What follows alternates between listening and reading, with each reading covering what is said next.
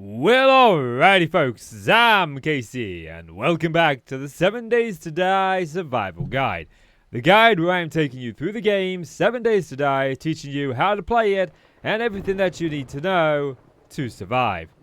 And what is today's project? Yes, today we are going to be taking a look at how you can get mobile and get your very first bike. So make sure to hit like, click subscribe, and let's get into the episode. Now, when it comes to the vehicles within 7 Days to Die, you do have options. You first of all have the bicycle. This is the very first one that we are going to be getting, and we are going to get this for absolutely free. I'll show you how to do that.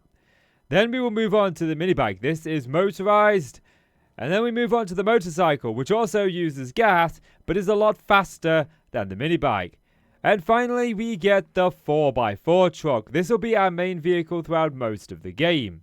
But there is one more after that, and that is the gyrocopter.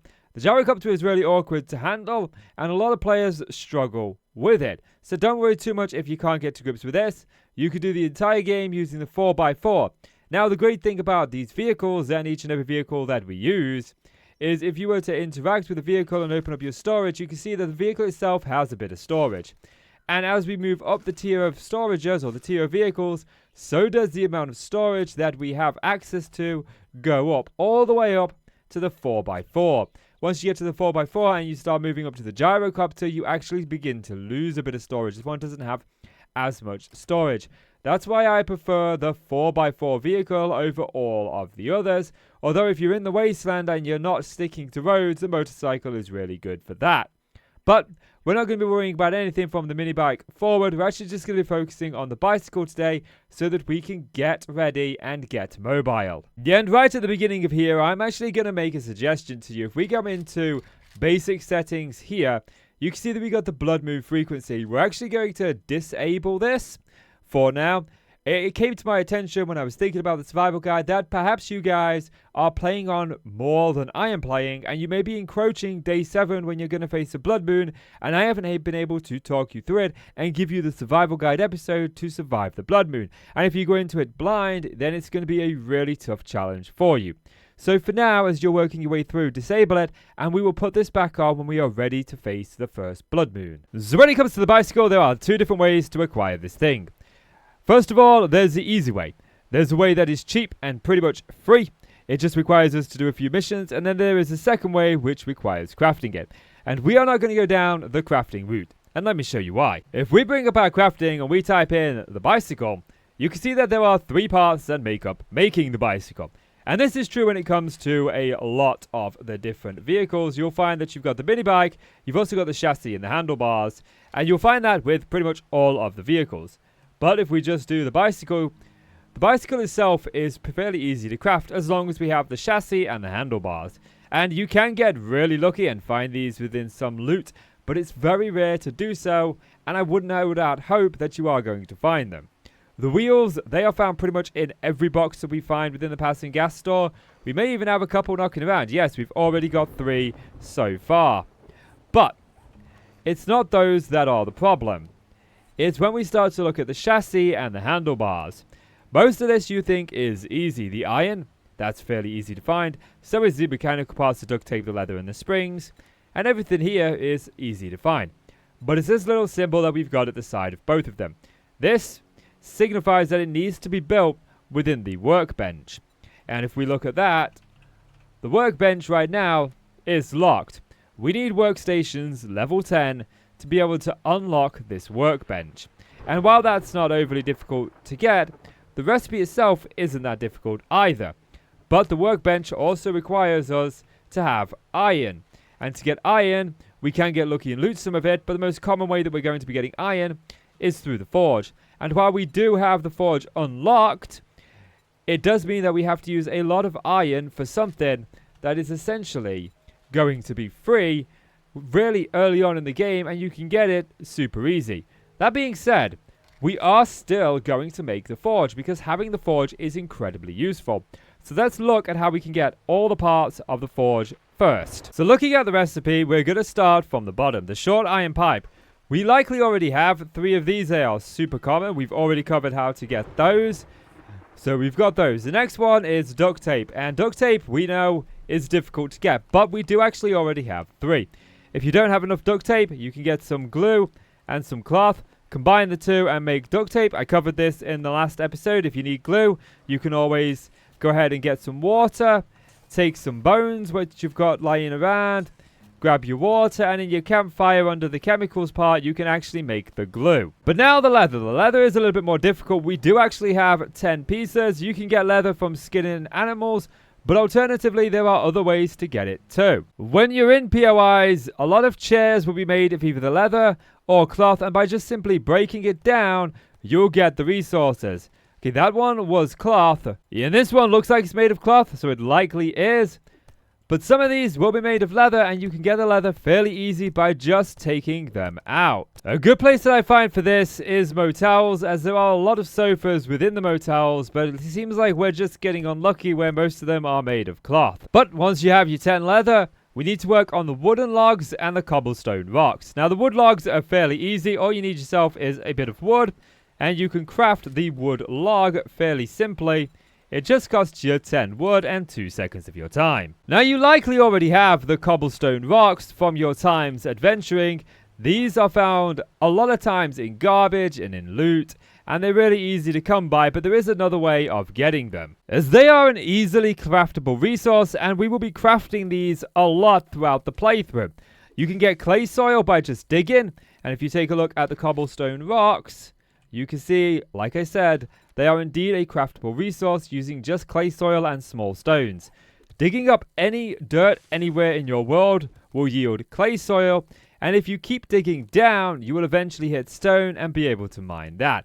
But we already know how to get stone by just simply looking for the rock, like the giant boulders that are already sticking up out of the ground. And quite easily, we can craft up the 50 that we need. And once we have all the resources, we can craft up our forge. We can actually do this in our inventory. We don't need the workbench for this, so leave that to craft up. Now, the one thing that you should note about the forge is it does generate heat, and it is going to draw zombies in. So I always like to put it out of the way. I've lost forges in the past where a screamer has turned up and wailed away on it, and I've had quite a lot of resources in there. So what I'm going to do is I'm actually going to put it up here on top of the church, where I'm temporarily moving parts of our base. And to help accommodate it, because I don't trust these wooden braces here, I'm going to take them all out and put some fresh blocks down. So all I'm doing is breaking these down with the axe. Now, when it comes to the blocks that we are going to put down here, we are going to need more shapes than I currently have.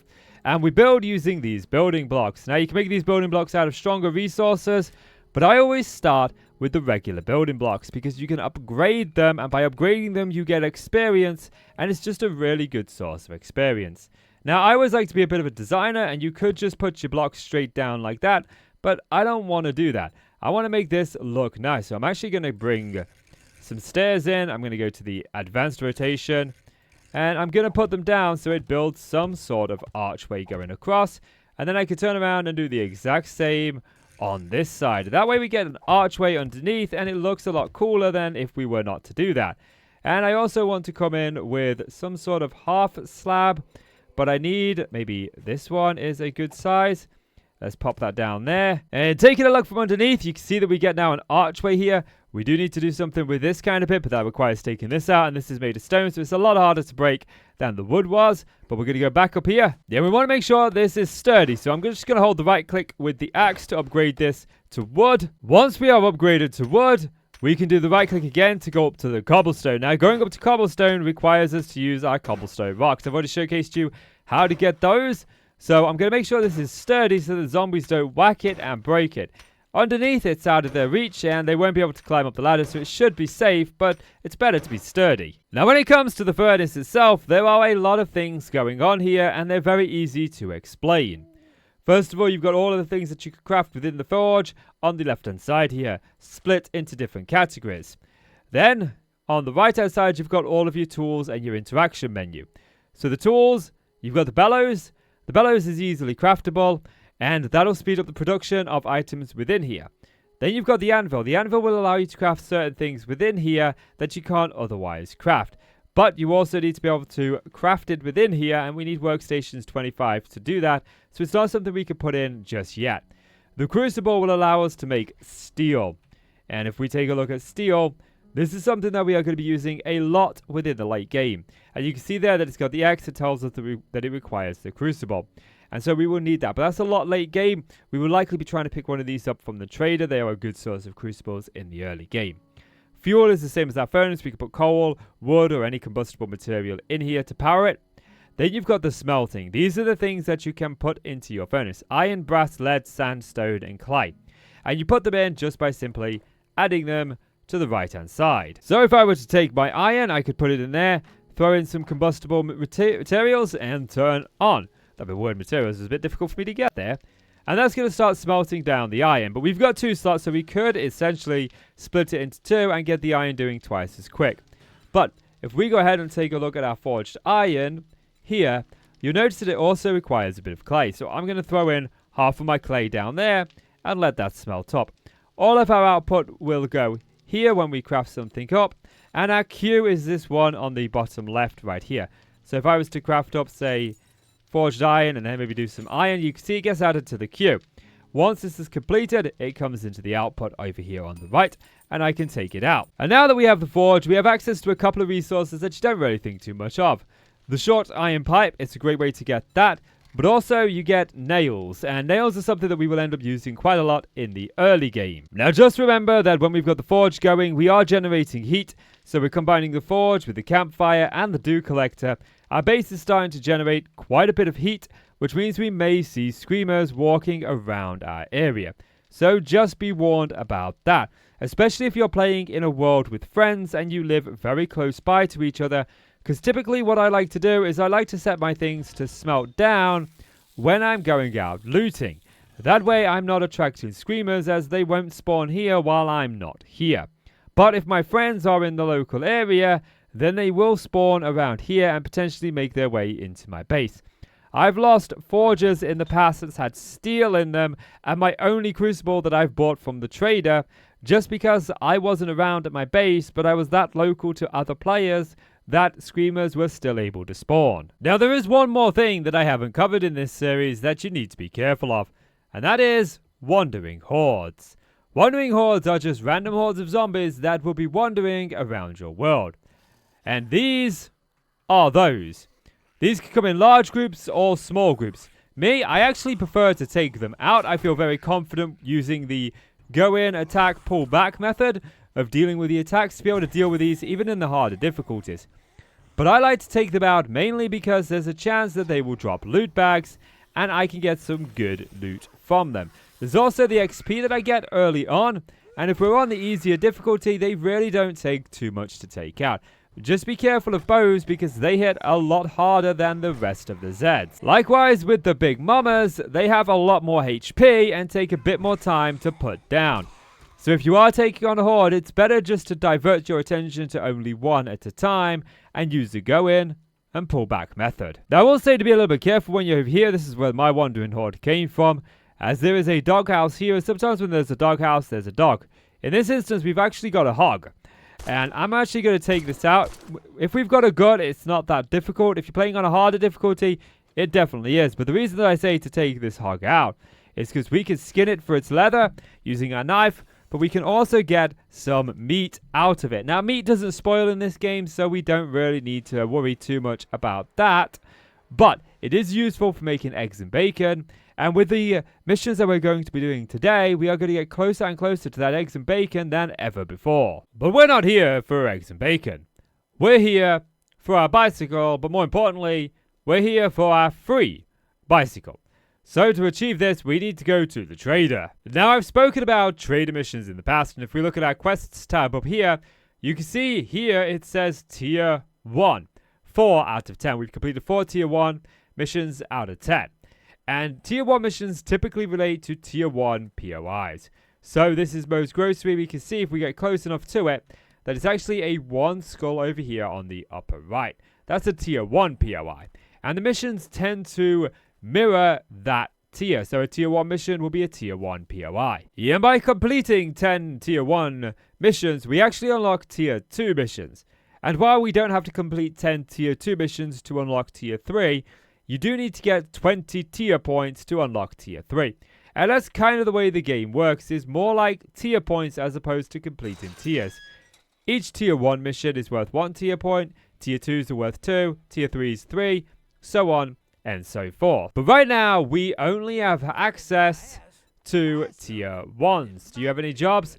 We only have access to tier 1s, meaning each one of these is going to pay out 1 tier point. So as we complete each of the missions, this number here is going to grow towards 10. So I'm going to take this mission to clear the zombies out of the Shady Tree Auto, as it is the closest mission to us. Now this is the mission here. If you want, you can do the double loot method that I taught before, where you loot the building once and then once again.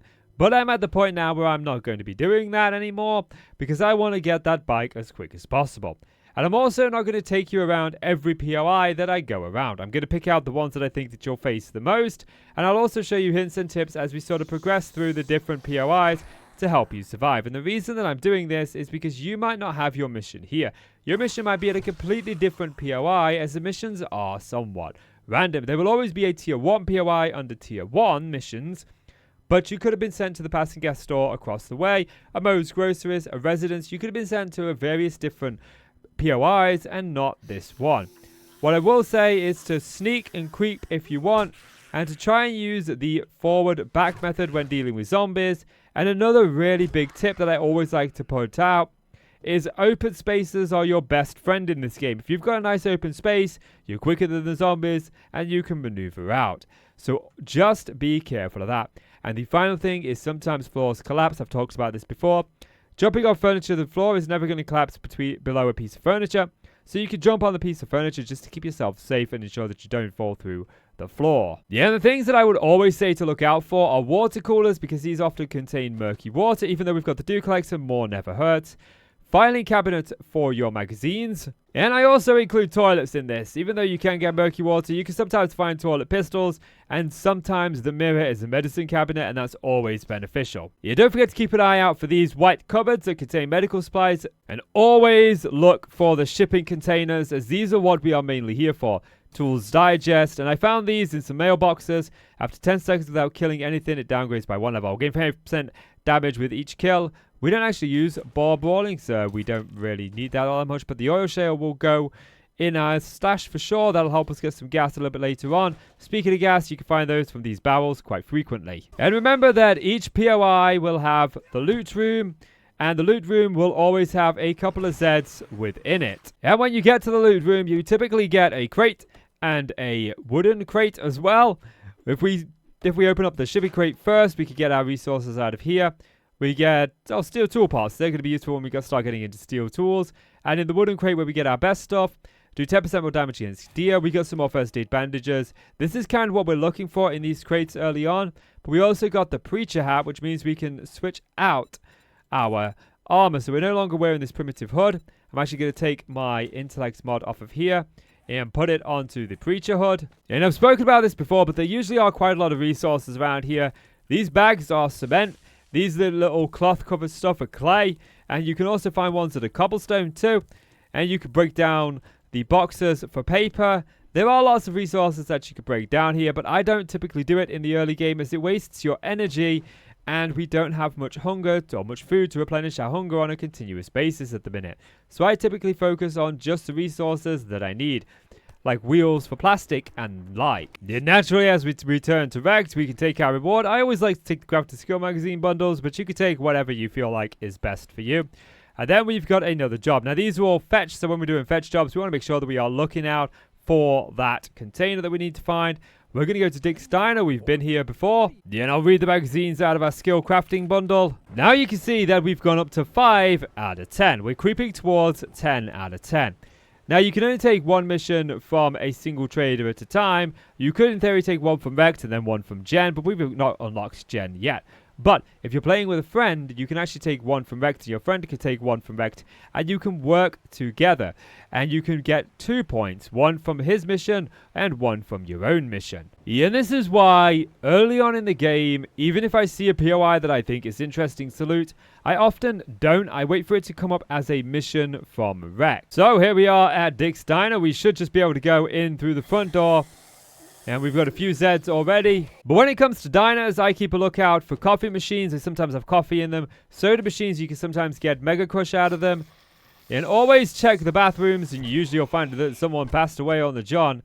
But I've said this in the last POI, look for them toilet pistols. You can check out cash registers and purses for money. And all of the booths in here, if you were to break them down, would give you leather. Now the main loot room within Dick's Diner is straight in the front here. We usually get a cooking pot. It's very common that I see that cooking pot there. But you want to be careful in here because as you can see there are no zombies. But as we sort of progress forward, they are going to start falling down. And you can very easily get trapped in here by them. But now we can loot our second POI of the day. Some vitamins. That's good for if we feel weak. But that weak that you see down there has the armor symbol to it.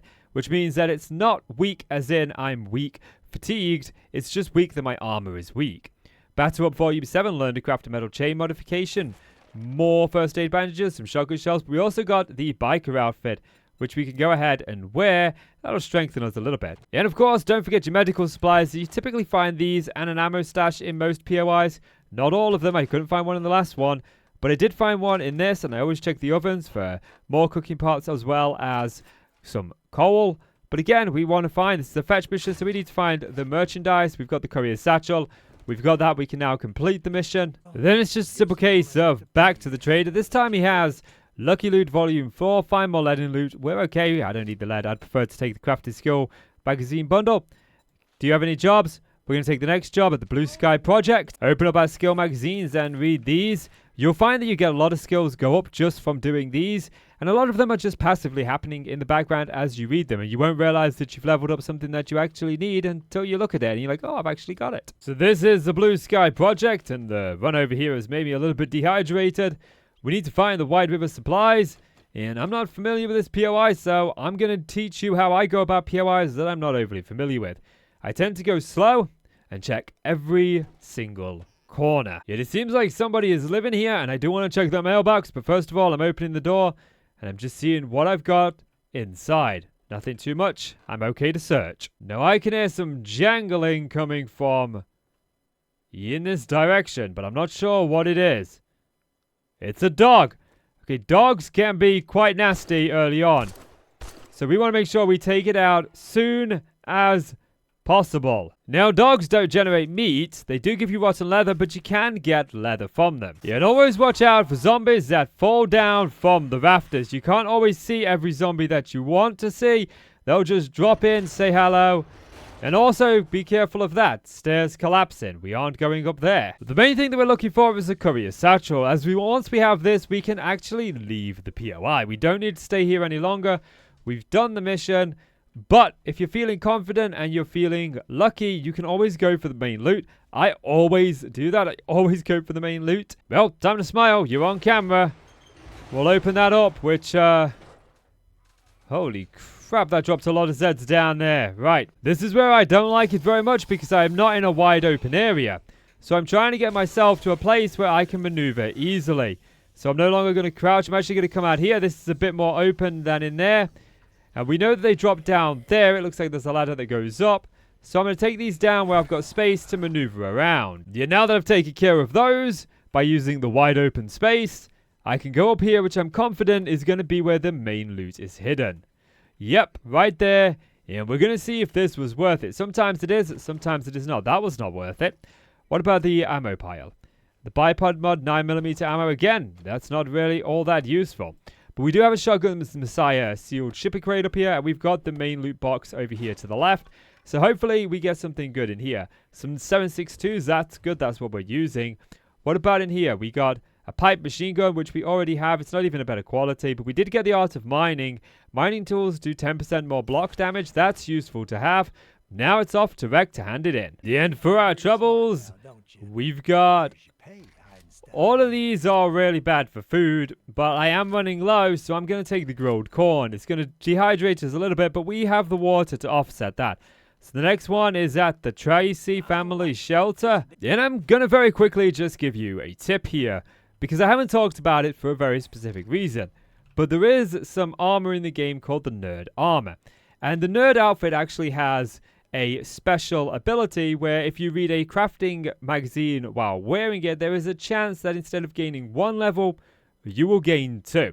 So if you want to, you can save up your magazines until you're at a point where you can craft the nerd outfit for that extra chance. And every tier that we craft of this, from tier 1 all the way up to tier 6, increases that chance even further. But I don't use this, and I've never really felt the need to use this outside of the vehicle magazines, because you do tend to find them everywhere, and they're not super hard to get your hands on. But I figured I'd at least mention it, and I'll cover it more in detail when we go into the armor. So here we are at the Tracy family shelter. Another tier 1 POI, so it shouldn't be too big. I don't believe I've done this one before, but same technique. Take it slow, don't rush it, in and out with your attacks. And one thing that I would say to keep a lookout for are mushrooms. Mushrooms are going to be super important a little bit later on in the game. For right now, they're not, but it's a good idea just to keep a lookout for them so that we have them when we need them. And we're always looking out for bookcases so we can get more vehicle adventures and even some schematics along the way. And while I'm in here, I am removed from one of my safeties. I don't have that big wide open space. This is about as much open space as I have. So I'm making sure that I'm listening for any sounds of any Zeds, and I could hear this one mooching around, so I knew to be prepared. But noise also wakes Zeds up, so when I'm here, and I was at this point right here, and I knew that my only open space was back there, I decided to start searching the containers right near the door. This way, if I heard a zombie wake up, I could immediately get to my open space. Yet it looks like the main loot is back here, and I haven't really faced any zombies, so I am a little bit concerned about where they are all hiding. There she is. I knew that there would be one. There's always a couple within the loot room. And that looks like it. Oh, I didn't take her out. Loot bag. Yay. Oh, look at that. Food. I actually need food as well. So we can do our loot now that we're here.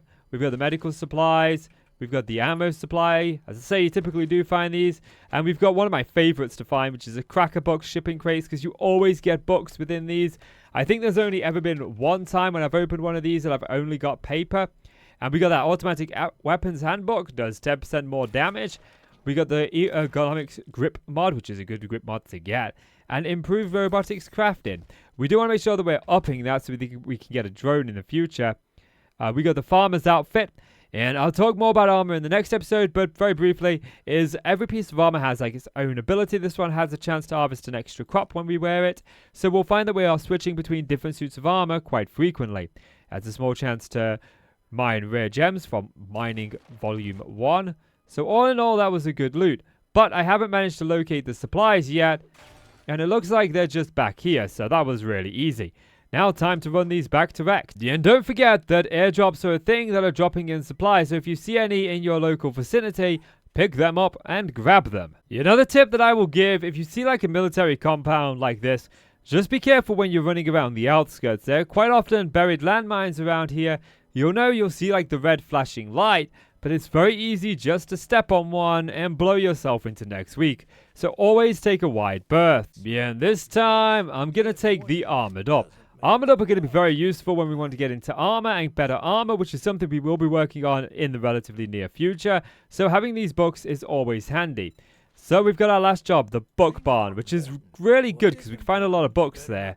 But it is a bit of time away. Then I've managed to do all of these missions while looting pretty much every part of the building simply by using the method of keeping my stash in the crates outside of the trader. I find this so useful so I don't have to keep going all the way back to my base. Now when it comes to the book barn or any place where I'm going to be finding books, what I like to do is I like to look at my perks because we already have 3 perk points to spend.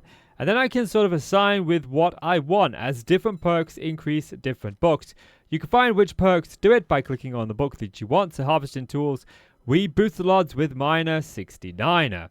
And so any of these will show you that. The one that I'm more interested in is the workstations. So forger heads will unlock various workstations and their tools. Boost loot odds with advanced engineering. Lockpicking boots up to crafting level 15. So what we want to do is we want to find that within our set here. There's advanced engineering. And I'm actually going to put 1 into there. It won't let me put a second one in yet. So I'm going to up my intellect and then double check to see if it does. No, it actually wants me to have intellect level 4. So I'm going to spend my 3rd perk point here so that I'm at intellect level 4.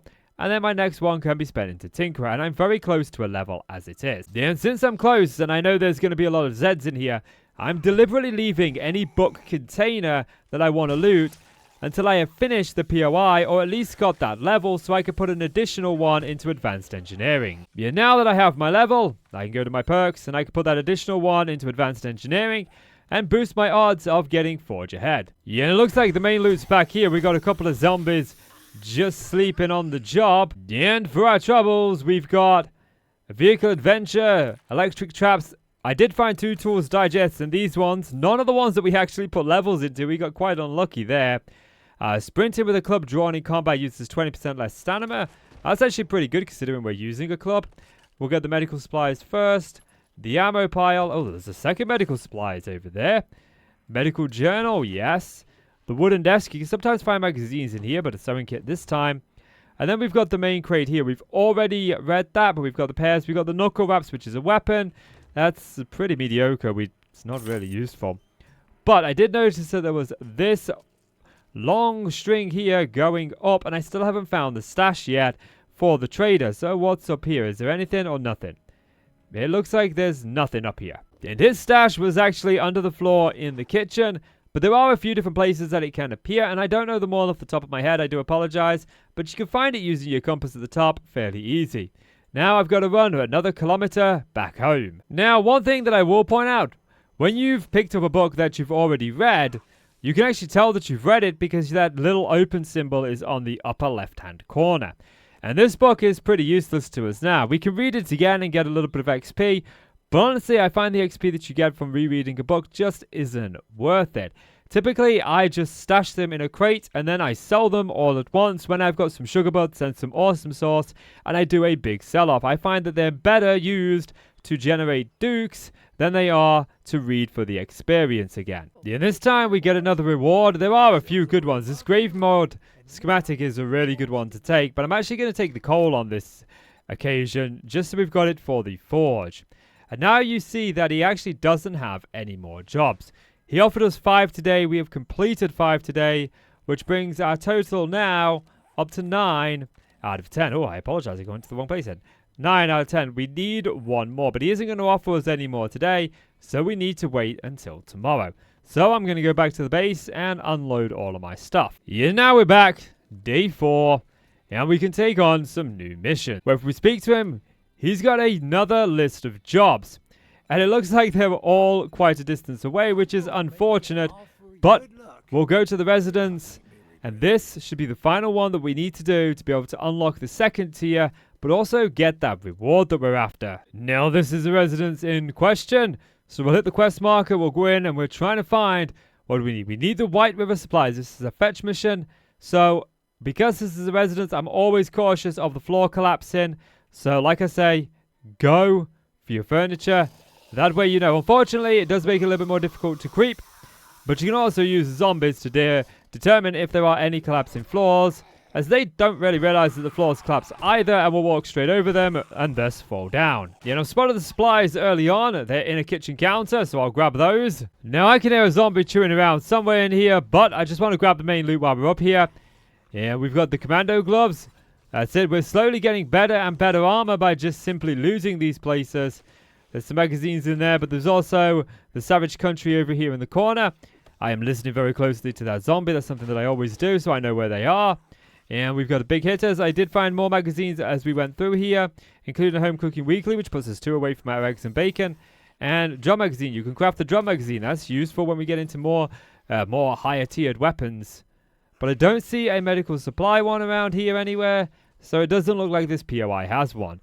But now we can go ahead and leave and head back to Rex. Yeah, now when we come back and hand over the supplies, he's going to have a reward for us. I'm going to take the cornbread this time. I need the food. And then we are going to get the reward for completing the tier. And there are some really good options that we do get. You do get some really good ones here, particularly the Gatherer, the Forge, and the Bicycle. I like to take the Bicycle because it's free and it's easy, and he will now have a special job for us, but we'll talk about that in a moment. Because as it stands, we now have our Bicycle. Now, if we hold here on our Bicycle, we can actually go to the open section of it and open it up. You can see we've got some cosmetics. It's come with a pink dye. We don't have to have it pink. We can have it dyed whatever color that we want. You can also put some modifiers on here, but we don't actually have any right now. What we do have is the storage, so we can go ahead and load that up. with some storage. It has a lot of storage, doesn't it? And then we can press heat to hop on. Now, initially, the bike is going to be very slow, as we can just sort of pedal here. But as you notice, we don't use any stamina when doing this. However, if we were to hold our run button, that's shift by default, you can see that we start to use stamina and the bike speeds up a lot. Now, controlling the bike is fairly easy. There's two options that you have. The default option allows you just to look and the bike will turn where you go. I quite like this option. Or you can press the left click and you can look freely and use the WASD keys to move the bike. Forward is always forward on these things, and I kind of like to combine the two. As I'm sort of leisurely rolling, I will use the mouse just so that I can have a much smoother movement. But if I'm going down a street like this and I want to just look at the POIs, I'll click the left click and then I can just turn and take a look at the POIs as the bike moves itself. And I find that just combining the two movements to be a lot easier and feels a lot natural to me. But everybody is to their own liking. You might just prefer it where you move the bike yourself and then stop to look, which is a good idea as well. But me, I like the ability to be able to move the bike in whichever way I want with the mouse, but then at the click of a button to be able to just spin it around and look where I need to look. And it took me a little while to get that down to muscle memory, but when I did, I found it incredibly useful. So as far as today goes, we have managed to unlock the bicycle, get the forge, and can we stop turning? Why are you turning away? My guy is spinning himself around as he's idly stood there. We have managed to successfully today achieve the forge, the bicycle, and some new armor. And I'm going to cover tier 2 POIs in the next episode and the kind of stats that we need to do. Can you stop moving, please? You're making this outro very difficult. But for now, that is going to bring an end to this episode of the Survival Guide. I hope you learned something. And I'm going to start I'm going to start publishing more Survival Guide episodes in the near future. So with that being said, guys, this outro is a mess. As always, I'm KC. You are the awesome folk. Thank you so much for watching. You guys take care now. And I shall see you in the next one.